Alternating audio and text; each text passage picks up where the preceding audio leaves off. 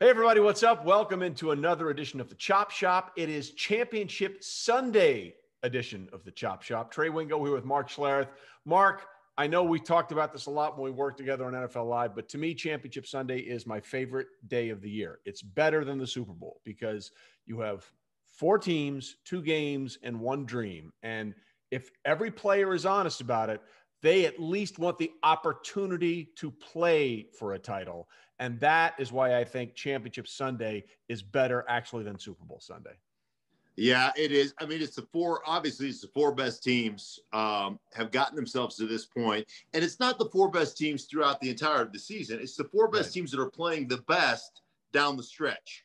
And that's really what ends up counting. That's really what ends up mattering. But you're 100% right. I mean, think about the matchups, like complete football teams, great quarterbacks. I mean, that's what you're getting. You've got legitimately, arguably, the 4 best quarterbacks in football playing on Championship Sunday. Wow, that's weird. And, oh, by the way, 4 teams that have absolutely dominated the trenches throughout the playoff series.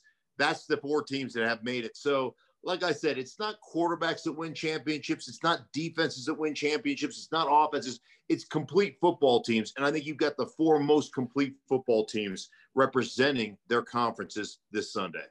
Absolutely. As our friend Teddy Bruschi would say, we're recording this on the day before the day before. And we're excited about that. But before we get into any of that, we'll break it all down. We have to start, right, with the Dan Campbell press conference announced as the Lions head coach. I want to be 100% clear.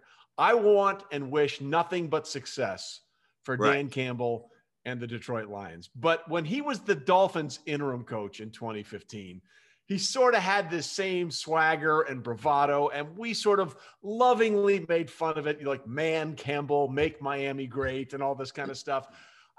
As a former player, when you hear a head coach, and Dan is a former player, when you hear Dan say, we're going to take one kneecap and then we're going to take the other kneecap, and then as we get up, we're going to take another chunk out of them. What goes through your mind?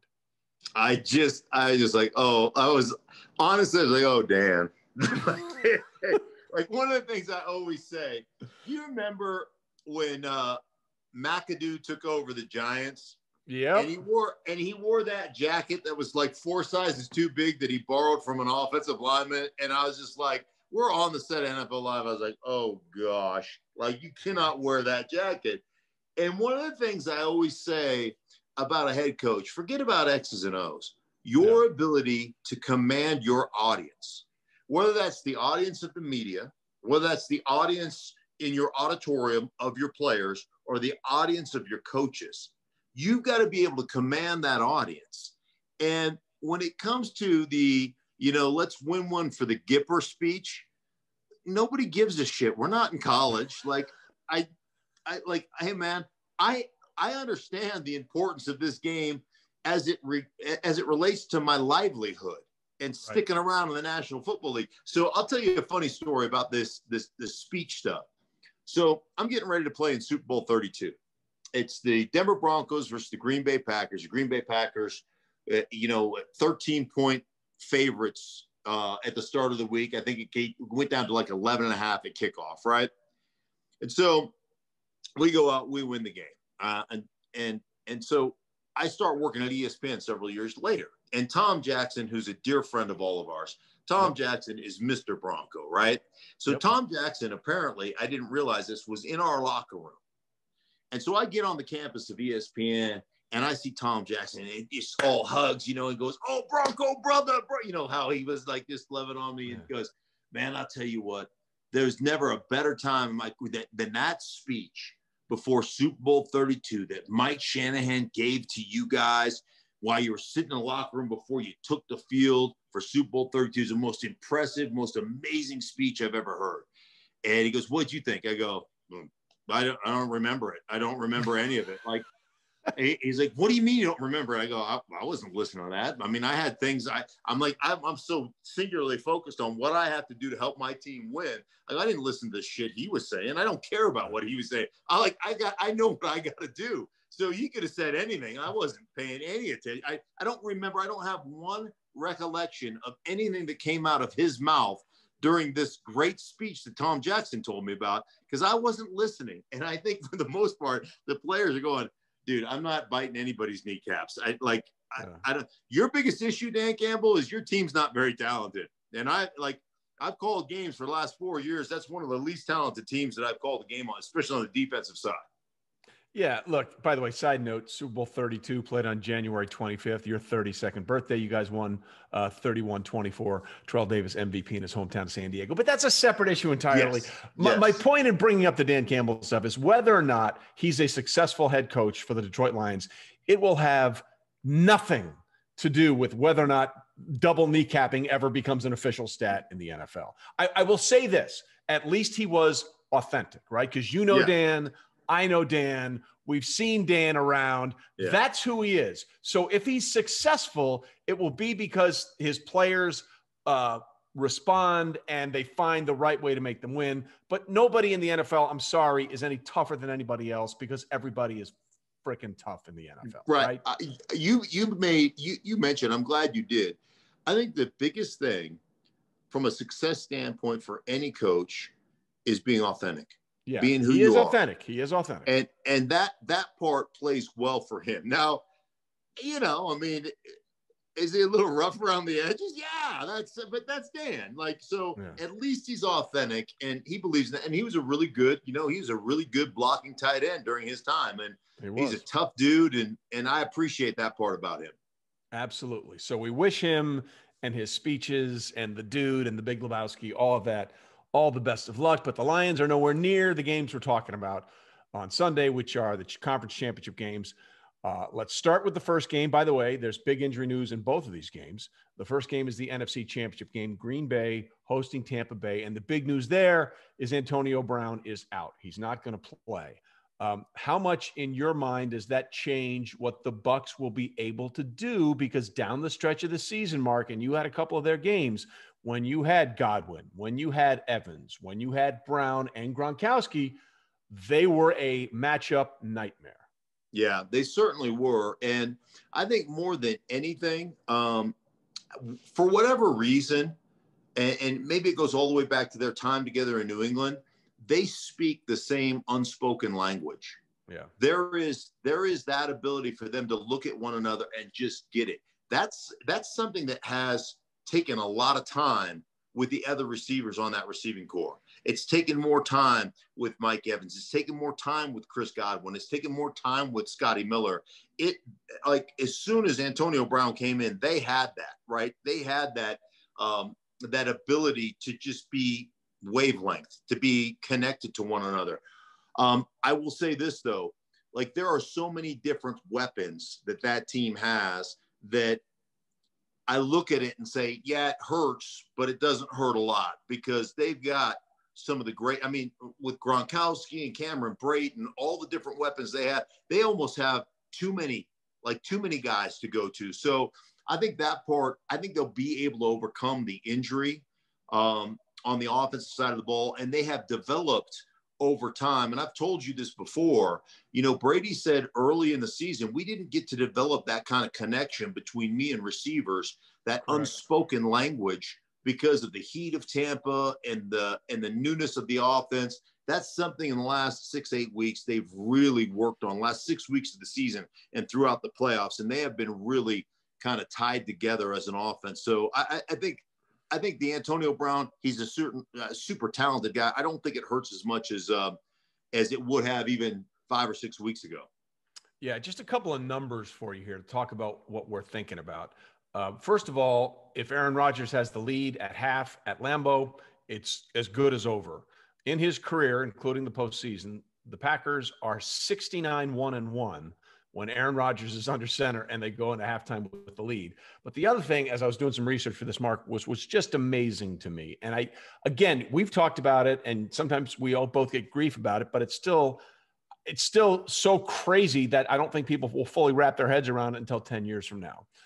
Tom Brady has won 32 I don't believe quarterbacks win games. So Tom Brady's team, when he quarterbacks, they won 32 postseason games and they've won 6 Super Bowls.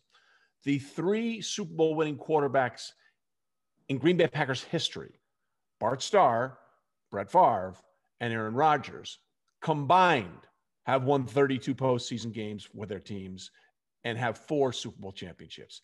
He's such an outlier. Listen, he says he's going to play again next year, and I have no reason to believe why he won't. But if for whatever reason this might be his last game on Sunday, just understand how far beyond the spectrum of what anybody thought was possible we're seeing with Brady. I saw a stat the other day that Brady is 13 or 14-3 in the playoffs since he turned 37. Yeah. I mean, it's insane. It is completely insane. The things that he is doing right now, it's incredible. And this should be a great matchup, because I will tell you, one of the most impressive things I've watched during the course of this year, and one of the most impressive teams I've covered, especially on the defensive side of the ball, are the Tampa Bay Buccaneers. Yeah. I mean, when you talk about all 3 levels of their defense being great.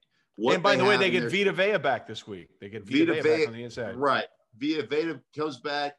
They're incredible. And, you think about what they were able to do in the blowout win they had in October over the Green Bay Packers, Tampa.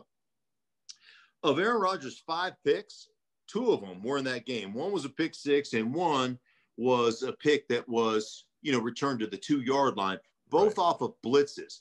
And one of the things that intrigues me, you always have these meetings during the course of the season when you're calling games, and you pick people's brains, you pick coaches' brains, you pick general managers' brains, you just talk to people.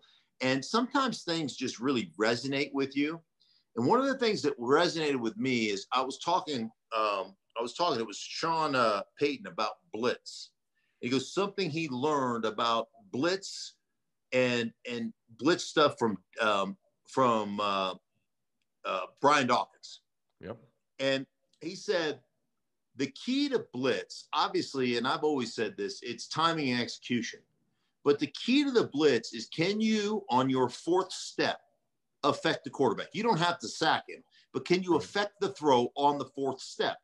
If it takes you 6 steps, you've mistimed it, and there's nothing you can do. 6 steps allows you to run a double move. 6 steps allows you to buy enough time to complete a throw.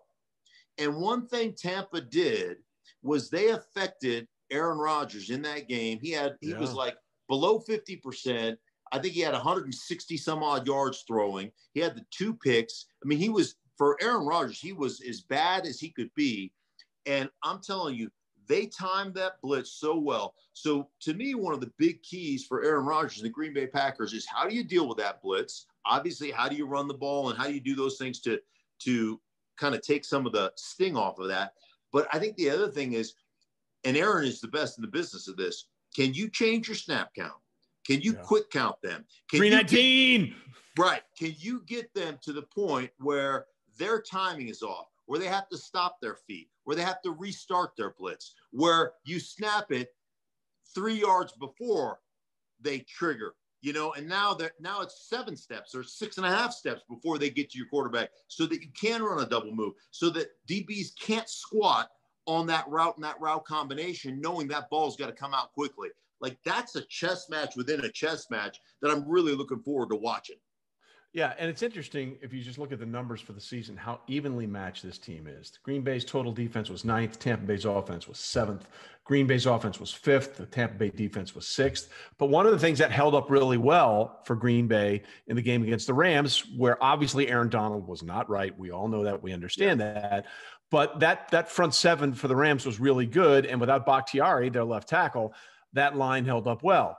Will they hold up as well this time, now with Ndamukong Suh and Vita Vea and everybody else and JPP all back and ready to roll on that defensive line for Tampa Bay? Yeah, that's the big matchup. There's no question that Aaron Donald is like, that guy's a war daddy, right? Right. And when all of a sudden you can say, hey, Jenkins can handle him one-on-one, and I'll give Jenkins a ton of credit, man. Tip my hat. You did a phenomenal job. There's no question that Aaron Donald wasn't right. And so now we can draw attention to the other edges and the other places that we have to be careful about. Ndamukong Suh is playing great football. I mean, great football. I think there's a couple of different things. Both edges with JPP is a great player. Shaq Barrett is a very effective, very good player off the edge as well.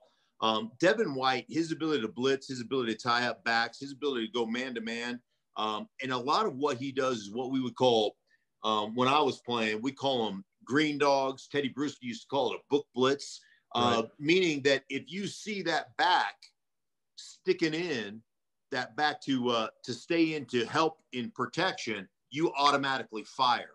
And the thing that's so incredible about Devin White is when the average player sees it and fires, it takes him a second to get there, right? When Devin White does it, man, that dude has got a rocket shoved up his ass. I mean, he is like, it's like he gets launched. Yeah. And the amount of sacks and the amount of pressures he creates on that book blitz or that green dog or whatever you want to call it, he's exceptional at that. And I think that's one of the big matchups here for Tampa Bay, and one of the reasons they're a really tough defense to contend with. I will say this: we said it all the time back when I first got in the league. We used to beg them for blitz, because one thing about blitz, and Todd Bowles is the blitz happiest guy in football. One thing about that is if you pick it up with a Devontae Adams, if you pick it up with a Scantling, if you pick it up with the guys that they have, those are touchdowns with Aaron Rodgers. Like if you can affect that, like you're going to live by the blitz, you're going to die by the blitz, and they will come. If they can pick that stuff up and create that extra time, create that fourth or fifth or sixth step in that blitz, then they'll have big plays over the top that they can count on in the passing game. How much do you think Tremont Williams coming back and being active for the Packers makes a difference? Obviously, he's very familiar with the system. The bulk of his career has been there, but it's one of those weird things like they tried to do with Veld here to get him off the roster because he was waived early so he can come back and play, even though he was on the Ravens earlier this postseason. Tremont is a guy that knows that system very, very well. Right. How much do you think him being back so quickly could have any sort of impact in this game? Well, I think it's big in that, right, they've got their receiving core, like they're going to play a ton of three wide stuff. They have such a good mixture. They'll play the two tights, they'll play the three wides, they'll do a lot of that stuff. But I go back to Mike Pettin, and like I've said this for the last couple of years. Defensive coordinator for the Packers, yeah. I'm sorry. I've said this for the last couple of years, is that every time I go to call a game and I talk to a defensive coordinator, the first thing they say is, you've talked to plenty of them. Got to defend the run, got to stop the run, we got to make them one-dimensional. And Mike Pettin's like, that's bullshit. Like, I'm trying to stop the pass. And, like, he's the first guy that's ever admitted it. And he's like, I'm trying to stop the pass. You watch Mike Pettin call a defense.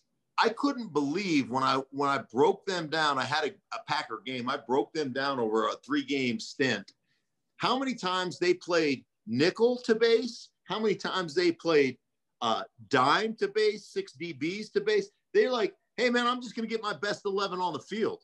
Right. And like, if I give up, it's almost like they're saying, if I give up 4.5 yards per carry, I don't give a shit. You know why? Because we got Aaron Rodgers.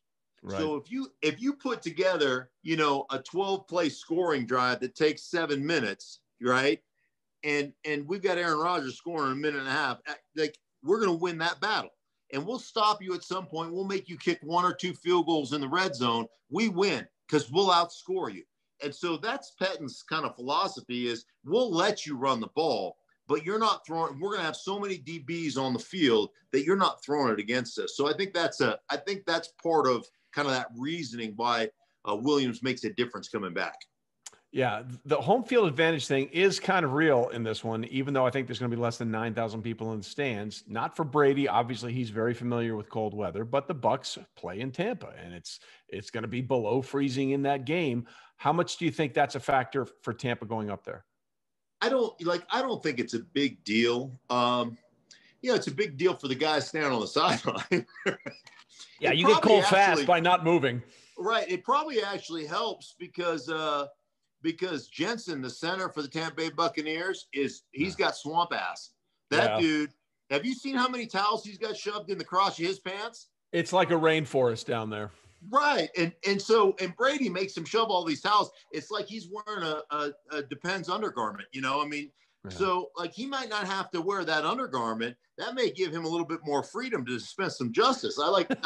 I like his chances there.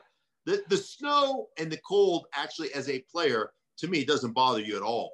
Yeah, but you're from Alaska and you went to play your college ball in Idaho and you spent 6 years of your career in Denver. I mean, let's be honest. Not everyone has that on their resume.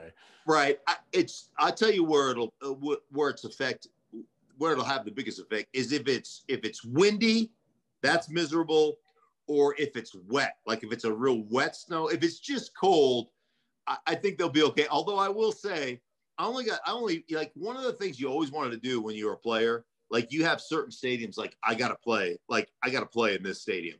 And I got, over the course of my 12-year career, I got to play in every stadium.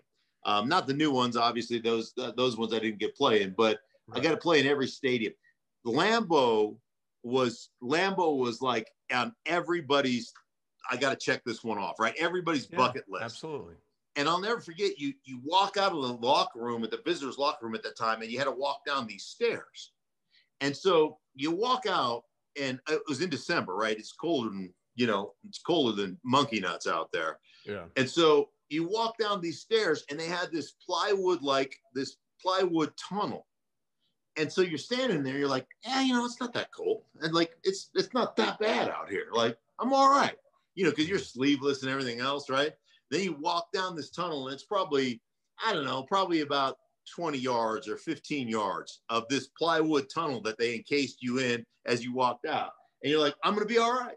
And then you walked out and you got away from the wind shelter that was that plywood tunnel. And it's like somebody punched you in the face. Yeah, it's just like, wham.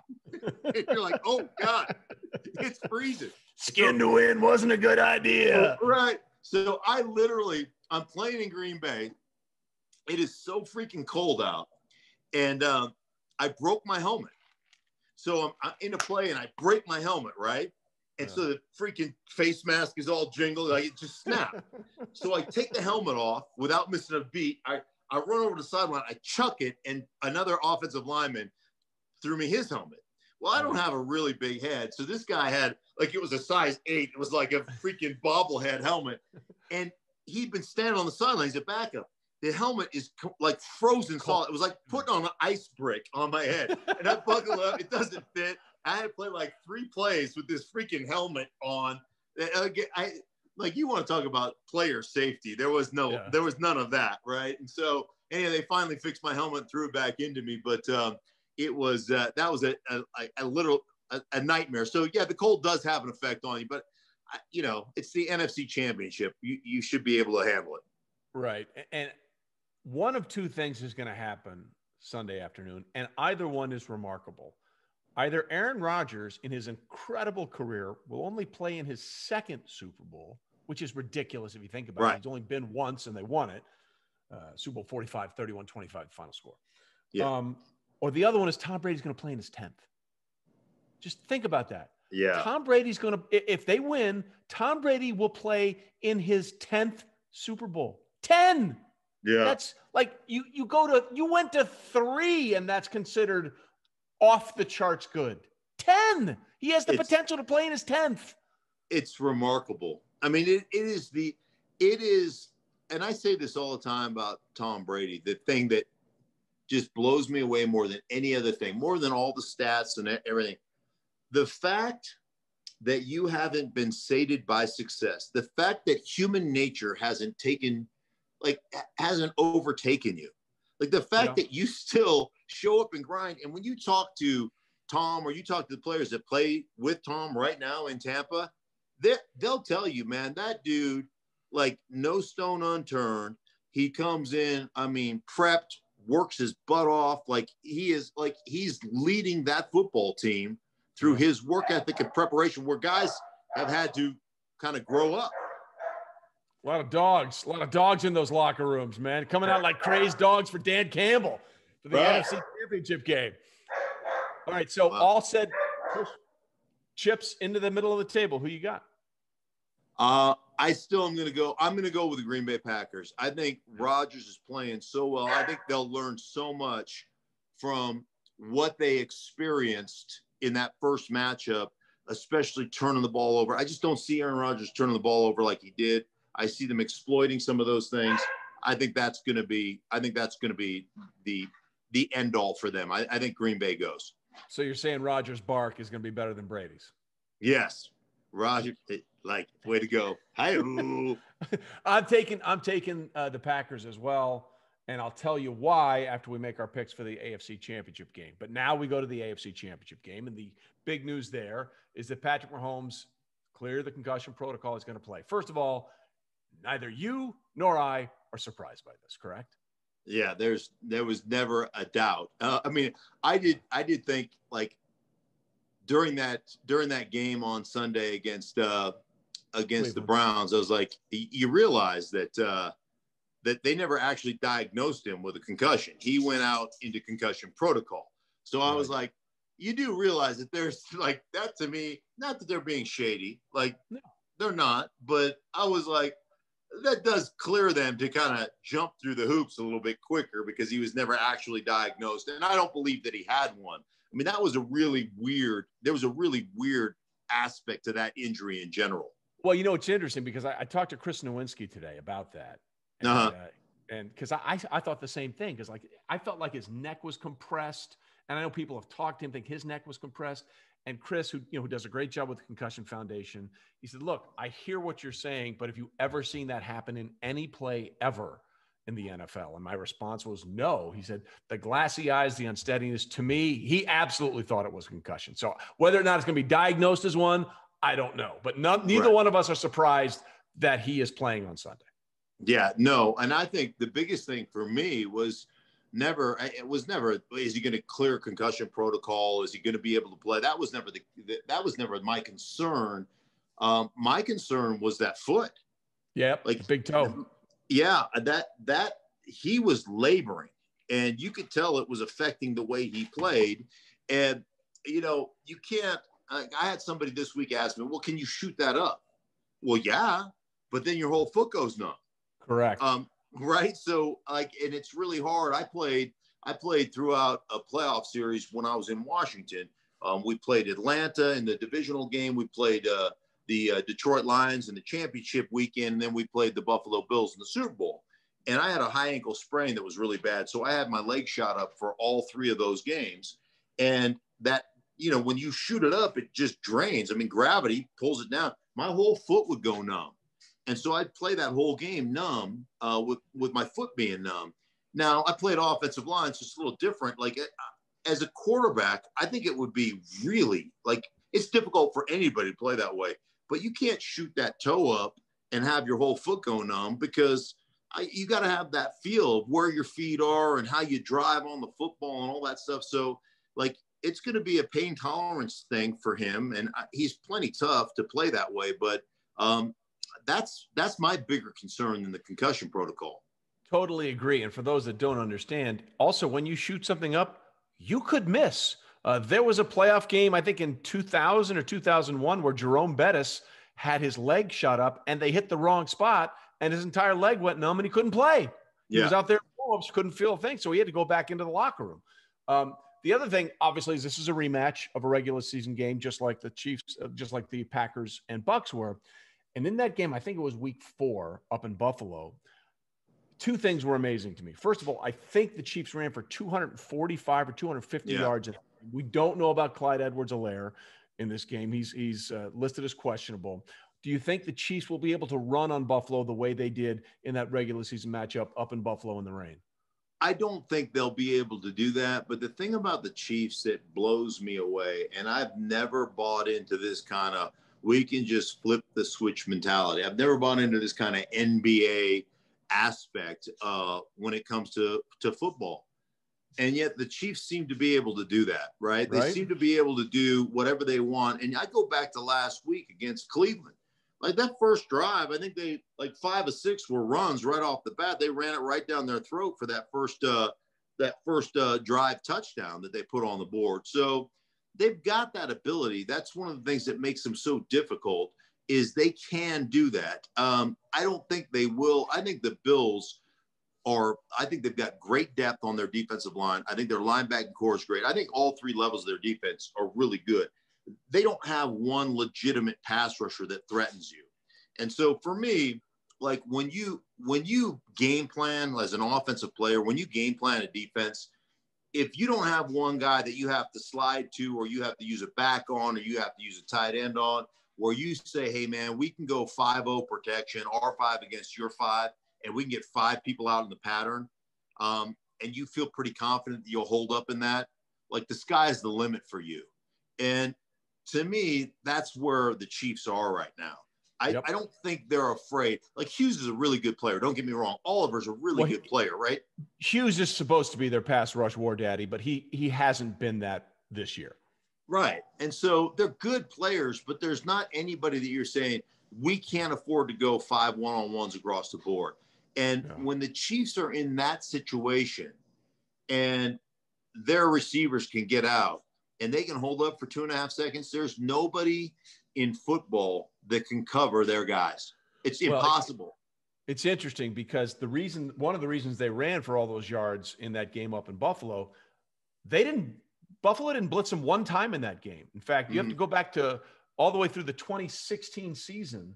They couldn't find that game was the only game since 2016 where there wasn't a single blitz in that game. So essentially Buffalo was saying, hey man, we are not going to let Tyreek and DeMarcus and Sammy Watkins beat us over the top. If you're going to beat us, you're going to have to march right down the field. And that's the problem here for Buffalo, the way I see it. As long as Mahomes is 75 to 80%, and I believe with the foot, he'll be in that range in terms of what he's able to do, then you have a problem. Because the reason they didn't blitz him, for 2 reasons. One of the reasons they didn't blitz him in that game was, one, they wanted to make sure that they weren't beat over the top. So they dropped everybody back. And 2, since he became a starter in the league, here are Patrick Mahomes' numbers against the blitz. Completion percentage, number 1. Yards per attempt, number 1. Touchdown to interception ratio, number 1. Passer rating, number 1. Sacks, fewest. If you blitz Mahomes, you are asking to be executed on the spot. So here's the problem for Buffalo. They didn't blitz him once the last time, and they gashed him for 240 plus yards on the ground in what was a relatively easy win. So do you go with that approach again, or do you try and blitz him knowing that if you do, this guy is the last guy on earth you want to blitz? Yeah. Oh, by the way, in that game, I think Mahomes was 21 of 26 for 200 plus yards. Like, whatever. I'd like to know what happened on those 5 incompletions. Like, you really were bad in those. Yeah, it is a conundrum because it is so hard. I mean, I think it's better to make them take their time and let them run the ball to a certain degree, invite them to run the ball. Because, again, then it becomes something you've always said is death by 1,000 paper cuts. I mean, at least you're in it at the end. And if you get the ball last, maybe you got a chance to score a touchdown with nothing left on the clock. And that's about what it takes. Because if you leave 19, 20 seconds on the clock, it's still too much time. So, I mean, that may be what you have to, the route you have to take if you're the Buffalo Bills. Yeah, it's interesting because, the problem in that game they played against the Ravens, in which they won, Buffalo was giving up a lot of yards on the ground. And obviously nobody runs the ball as well as Baltimore. We understand that. But the difference was, okay, we're going to let Baltimore run because we don't believe they can make effective plays in the passing game when we force them. The exact opposite is true in Kansas City. So I think they're going to have to try and change something up because I believe with the way Williams is playing and Le'Veon Bell, and if Edwards-Helaire can give them a little bit, they have a chance to run for close to 200 yards if that's the defense that Buffalo is going to throw at them, right? So it creates a real problem how Buffalo wants to handle this because, like you said, they'll probably try and allow them to run the ball down the field. But the difference is if they're forced to pass, they got that guy. And what is your level of concern about Buffalo's offense? Because, look, Baltimore's defense is great. Don't get me wrong. They're phenomenal. But they only scored 17 points in that game. And honestly, the Bills' offense only scored 10 because Tyron Johnson took that pick 6 back. So where's your level of comfort with what we're expecting to see out of Josh Allen in that Bills offense? Well, much like I said with Buffalo not having a legit pass rusher, I think the Kansas City Chiefs have 2 guys. I think Frank Clark can really bring the heat, and obviously Chris Jones is a really damn good player. And so there's 2 guys that you have to account for when you're playing the Chiefs. The Chiefs are so good offensively that their defense gets overshadowed.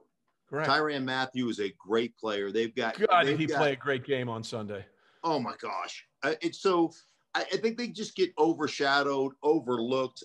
I think that's a really tough thing. As I went through all their losses over the last couple of years, Kansas City's losses, first downs and possessing the ball is the most important thing you can do.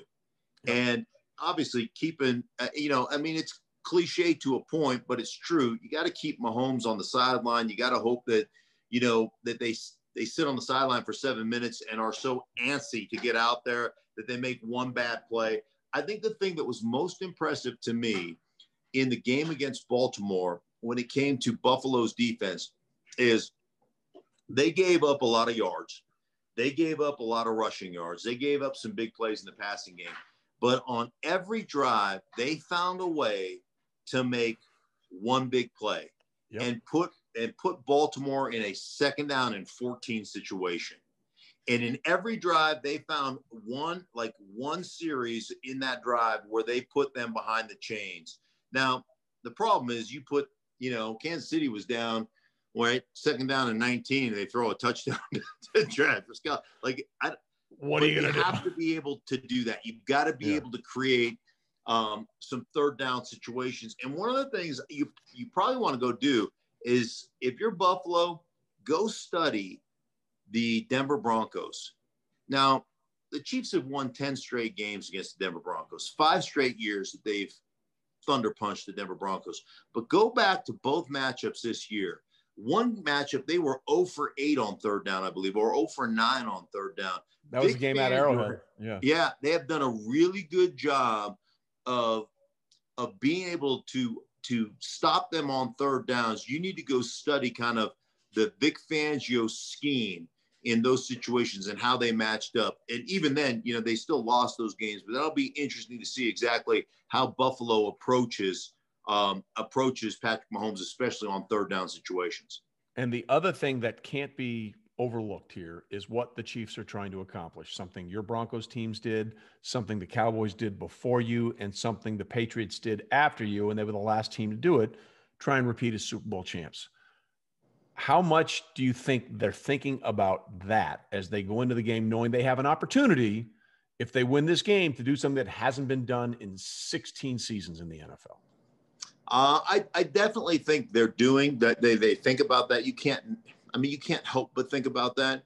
The nice thing is you don't have to deal with the amount of media that you normally would have to deal with, infiltrating your locker room, asking you those questions. You're not out to dinners. You're not out so there's a lot of there's not as much pressure on the Kansas City Chiefs as there was on the New England Patriots, on us, or on the Cowboys. So that part for them is a real plus. But you think about it, and I think one of the things that has intrigued me about this Kansas City team and what Andy Reid has done, we used to talk about it all the time when I was in Denver. And during that run of back-to-back championships, we used to talk about the biggest thing we have to fight is boredom. Yep. Because we're better than everybody else. And Correct. We knew that. We knew it. And the Chiefs knew it too. Right. And so one of the things that I've been really impressed with, when you start talking about formationally, things they do that are different every week, you see them bringing back a play from the 40s, where everybody's doing a whirling dervish or whatever. That is Andy Reid saying, I'm going to keep my players from getting bored. I'm going to make sure that every week there's something that I put on their plates where they go, I've got to dig into this a little bit. This is complicated. This is something that we haven't done before. And that to me is a testament to Andy Reid understanding the enormity of what they're going through right now and being able to put something on their plate to take their minds off of what they're going through and get their mind on, hey man, we've got to play and we've got to execute these things that we're trying to do. So I give him a lot of credit for being intelligent and understanding the situation. Yeah, it's certainly something that I think that they all feel and they're aware of it. The other thing for me, from a matchup standpoint in this game, no team gave up more completions to the tight end in the regular season than the Buffalo Bills. And we're talking about Travis Kelce having 1,400 receiving yards. I think that's just a matchup nightmare for them as long as Patrick Mahomes is close to being healthy. With that in mind, who you got? I got the Kansas City Chiefs. I think I'm with you. I think Patrick Mahomes is 80%, and 80% of Patrick Mahomes is better than 100% of just about everybody else. So I think he's healthy enough. I just think, again, when I look at their defense with Clark and Jones and Matthew, I just think they're a lot better than people give them credit for on that side of the ball. I just think they're the most complete team, and therefore I think they win this game. Listen, I said it going into the Browns game, you're going to see a different Chiefs team in the playoffs than you did down the stretch of the season. And if Mahomes didn't get hurt, they win by 17 points. We all know that was the case. I feel the same way. So we're looking at a potential rematch, if we're right, of the first ever Super Bowl, which would be kind of cool, in Super Bowl 55, which would be the Chiefs and the Packers. And I'll leave you with this. The last 14 Super Bowl teams have been competed by teams that had the bye, which means either a 1 or a 2 seed. Right. The bye matters. Having to win that third playoff game and do it on the road, it's hard. You're beat to a pulp. You're beat to shit. Everything hurts. And that little rest week, I think, cannot be overstated for Green Bay, and it cannot be overstated for Kansas City. So, I mean, if Tampa Bay or Buffalo win, they'll be the first team that played on what is now super wild card weekend to make it to the Super Bowl since the Ravens in Super Bowl 47. That matters.